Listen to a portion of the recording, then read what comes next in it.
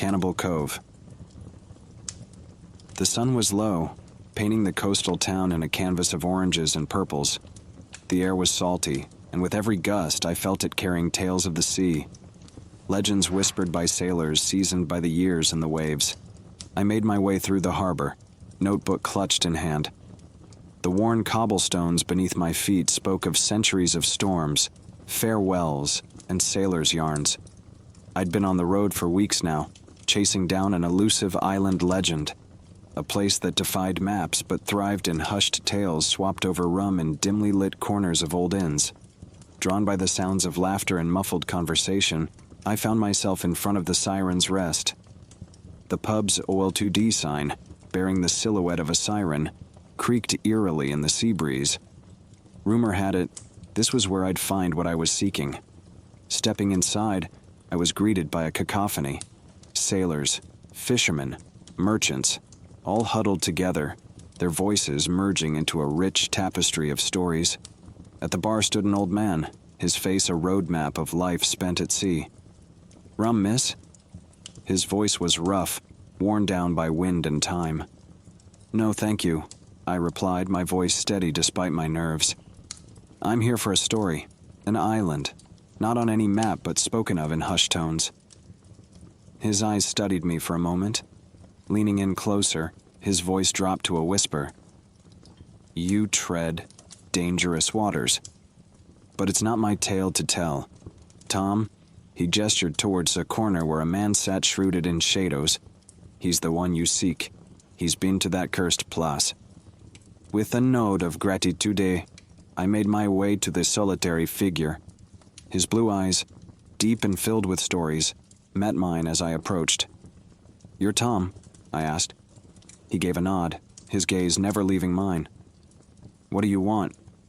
"I've heard you know of an island, a place of mysteries of—" I hesitated. "Horrors." His gaze hardened. "Why would you seek such a place?" "I'm a journalist," I said, my voice firm, "and I believe in bringing the unknown to light. I've come to document the island's story." He sighed, taking a moment before replying.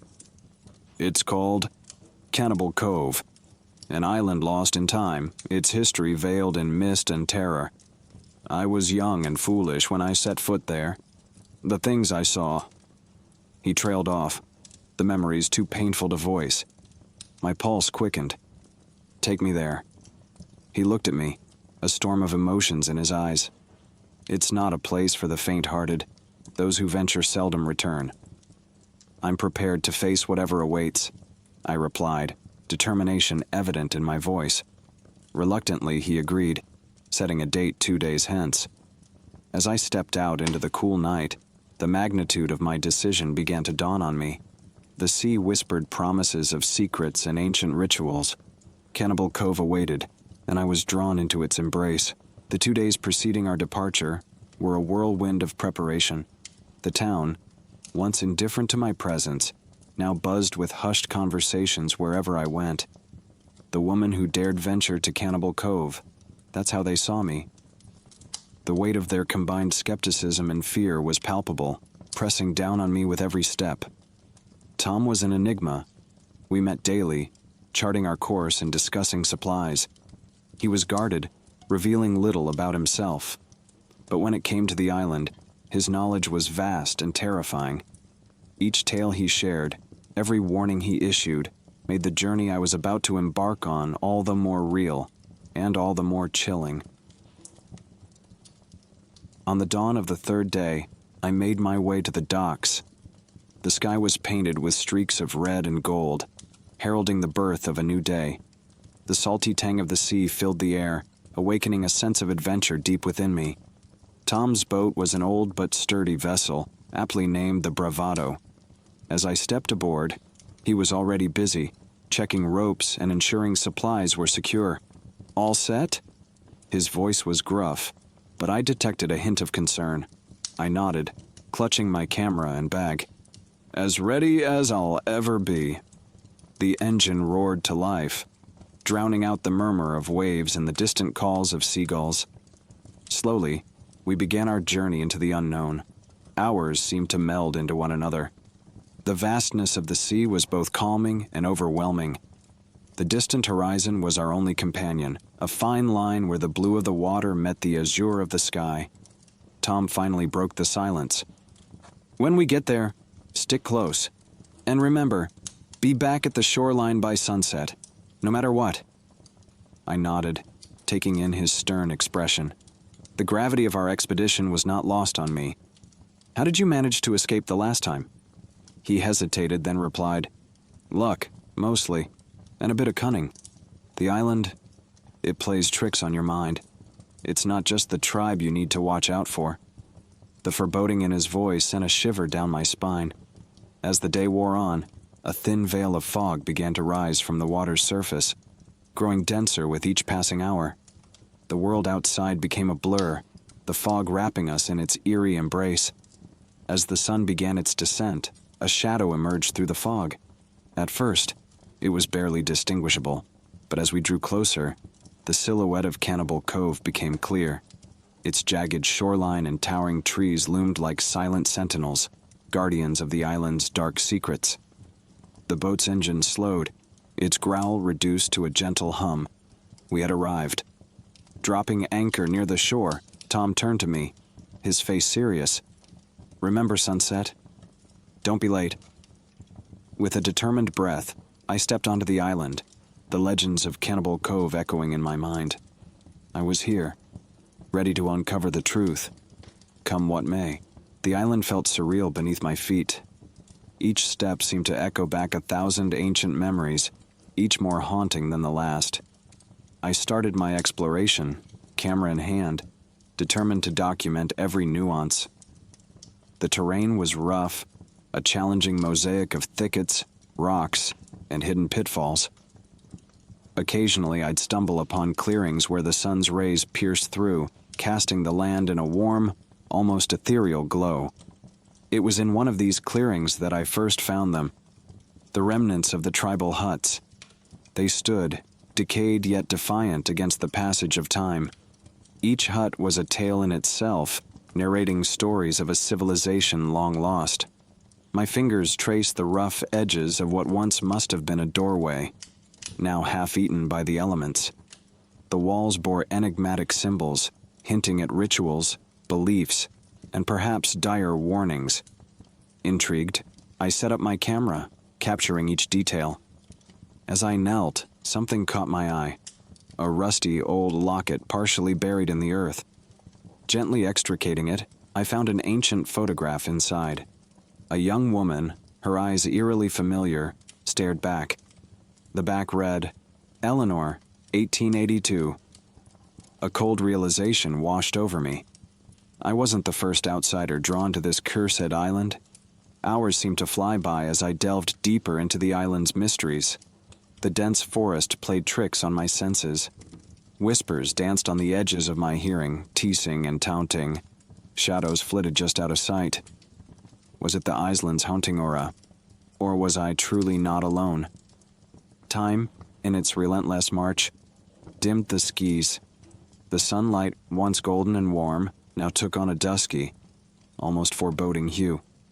It was then that the fog began its sinister crawl, inching from the shores, smothering everything in its path. Panic set in. I had lost track of time.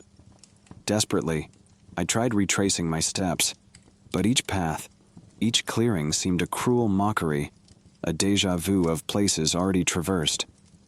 Dusk's embrace tightened, and I was trapped in a labyrinth of my own making. Then, the sounds began.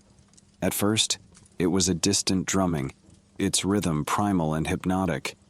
As it grew louder, haunting chants layered in, weaving a tapestry of dread and anticipation. Curiosity battled with my rising fear. Drawn like a moth to a flame, I followed the sounds, each step taking me further from the safety of the shore. And there they were. A circle of masked figures danced around a roaring fire, their movements wild and frenzied. Each mask was a grotesque work of art, crafted from bone and adorned with symbols mirroring those on the huts. Their elongated teeth gleamed in the firelight, casting eerie reflections. Transfixed, I barely noticed the twig beneath my foot until it snapped.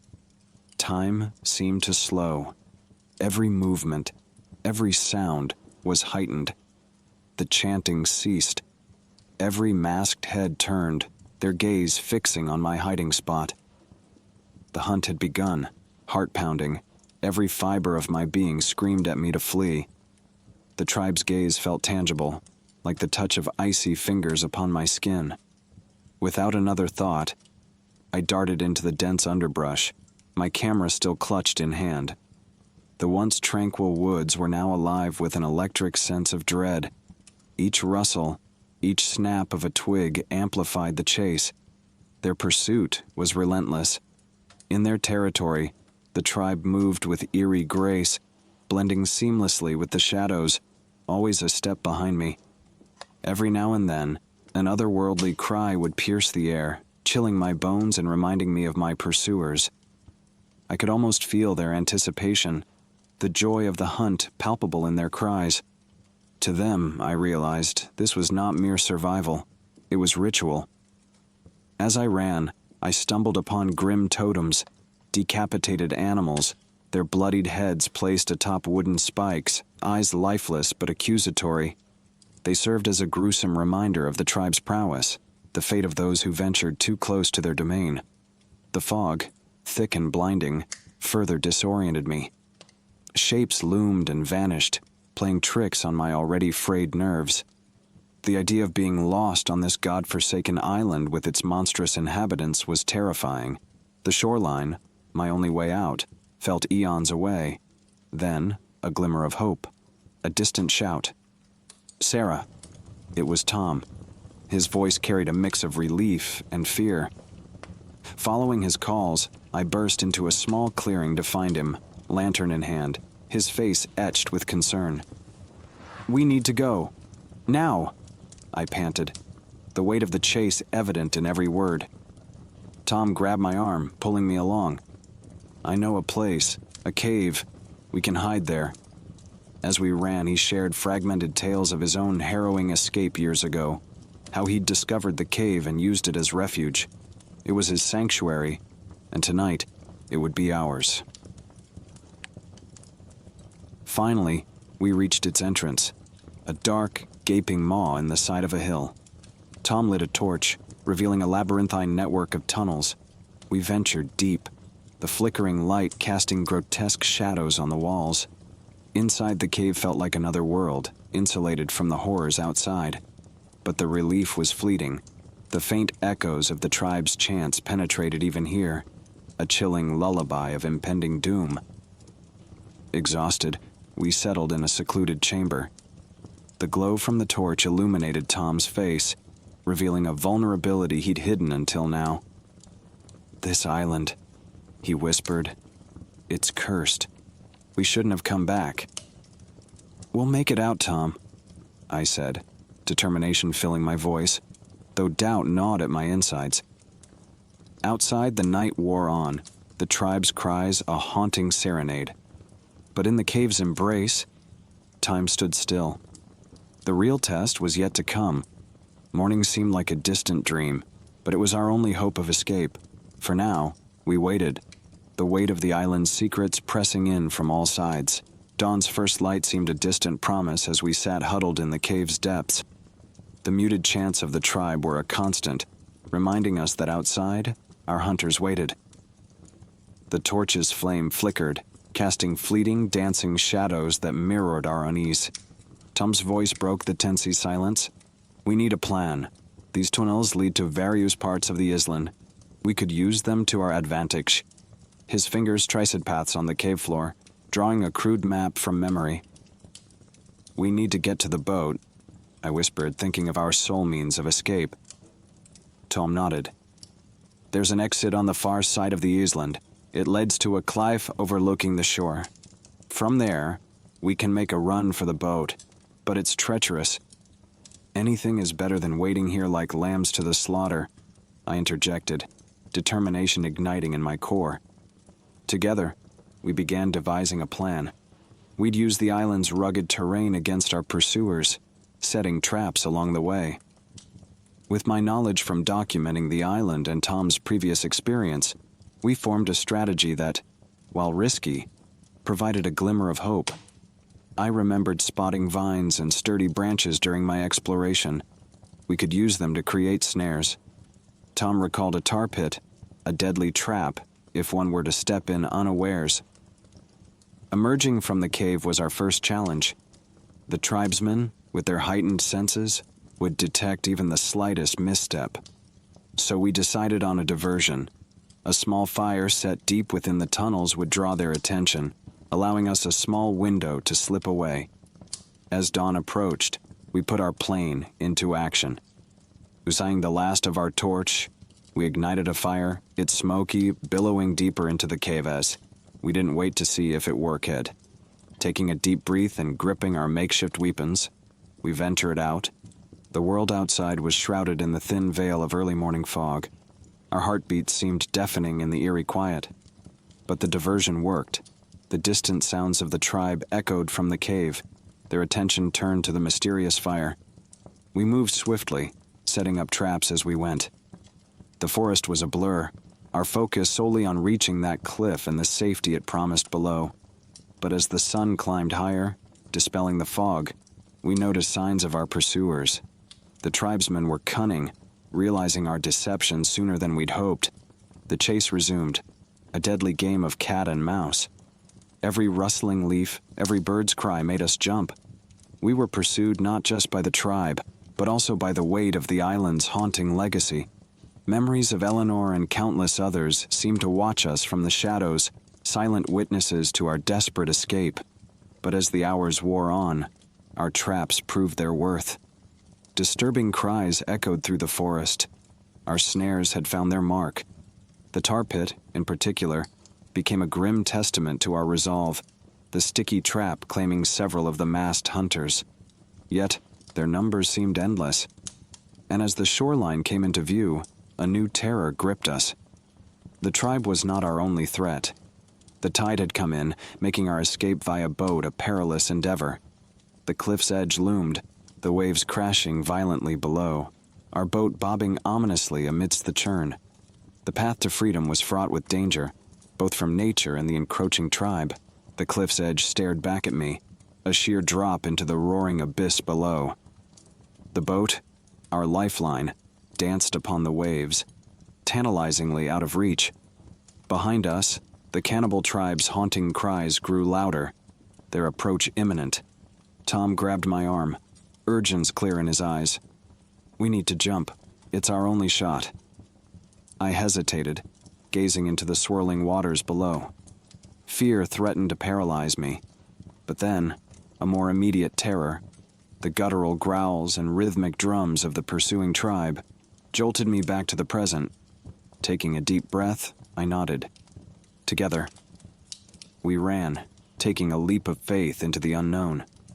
The wind screamed past, the world a blur of blue and green, until the cold embrace of the sea enveloped us. The world underwater was a disorienting silence, broken only by the pounding of my own heartbeat. Moments felt like hours before I broke the surface, gasping for air. Tom emerged beside me, his face pale but determined. Together we swam towards the boat, every stroke fueled by adrenaline. Reaching the boat felt like a Herculean task. My muscles screamed in protest, fatigue weighing me down. But Tom, ever the seasoned sailor, helped haul me aboard before clambering up himself. As he fired up the boat's engine, I glanced back at the island. Silhouetted against the rising sun, the cannibal tribe stood at the cliff's edge, their haunting cries a mix of frustration and reverence. For in their eyes, we had become part of the island's enigmatic lore. The boat's motor roared to life, propelling us away from the cursed shores of Cannibal Cove. As the island faded into the horizon, relief washed over me, tinged with a lingering unease. The horrors I'd witnessed, the secrets the island held, were now forever etched into my soul. Days turned into weeks. Safe in the confines of civilization, the island's terrors felt like a distant nightmare. But the camera, my faithful companion throughout the ordeal, sat heavily on my desk. a tangible reminder of the darkness I'd witnessed. One evening, as rain pattered against the windows, I reviewed the footage. The haunting images of the ancient huts, the eerie rituals of the tribe, and the chilling landscape sent shivers down my spine. I realized that sharing this evidence, revealing the island's secrets, could endanger countless others, luring them into the tribe's deadly snare. With a heavy heart, I erased the footage, choosing to bury the island's mysteries deep within. Yet some stories refused to be silenced.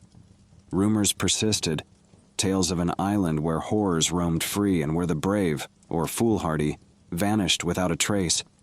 Tom and I, bound by our shared ordeal, remained close. We vowed never to speak of the island, to let its mysteries remain undisturbed. But every so often, in the quiet of the night, the distant echoes of drums and chants would invade my dreams, a haunting lullaby from the depths of Cannibal Cove.